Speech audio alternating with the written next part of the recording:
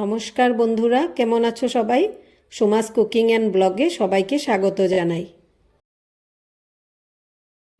কড়াইটা গ্যাসে বসিয়ে দিয়েছি, গরমও হয়ে গেছে। দিয়ে দিলাম একটু সরষের তেল, ফোড়নে দিলাম গোটা শস্য, মৌরি, তেজপাতা আর শুকনো লঙ্কা।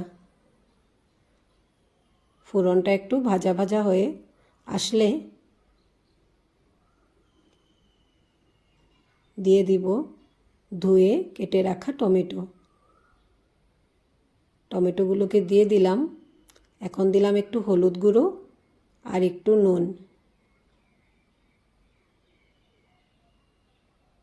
একটু নাড়িয়ে চাড়িয়ে দিব।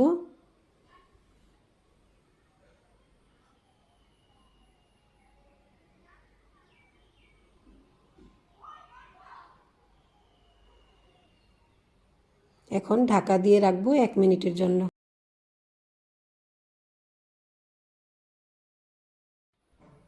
1 মিনিট পর ঢাকনাটা তুলে নিলাম।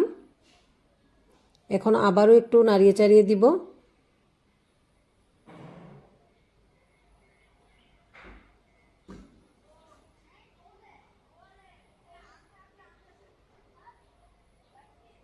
এখানে আমি একটু জল দিয়ে দিয়েছিলাম যাতে টমেটোগুলো গলে যায়। তো দেখো টমেটোগুলো সুন্দর নরম হয়ে আসছে। এই সময়টায় একটু কষাতে হবে, ভালো করে নাড়িয়ে চাড়িয়ে কষাতে হবে। এখন দিয়ে দিলাম একটু তেঁতুলগুলোর বীজ ছাড়িয়ে আমি ধুয়ে রেখে দিয়েছিলাম একটু জলের মধ্যে, ওগুলো দিয়ে দিলাম। তেঁতুল দিলে একটু টক টক টেস্ট আসবে একটা। এই চাটনিটা একটু টক মিষ্টি ঝাল এরকম স্বাদের হবে। দেখো টমেটোগুলো ভালো করে কষানো হয়ে গেছে আমাদের।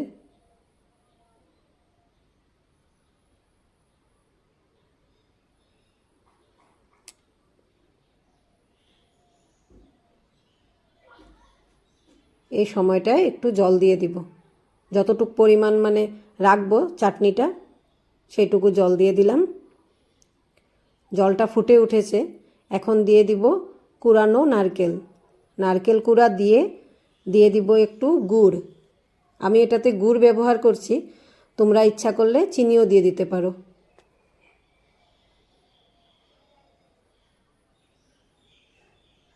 গুড় আর নারকেলটা ভালো করে মিক্স করে নিলাম। গুড়টা গলে গেছে। এখন দিয়ে দিলাম কয়েকটা ধুয়ে রাখা কিশমিশ।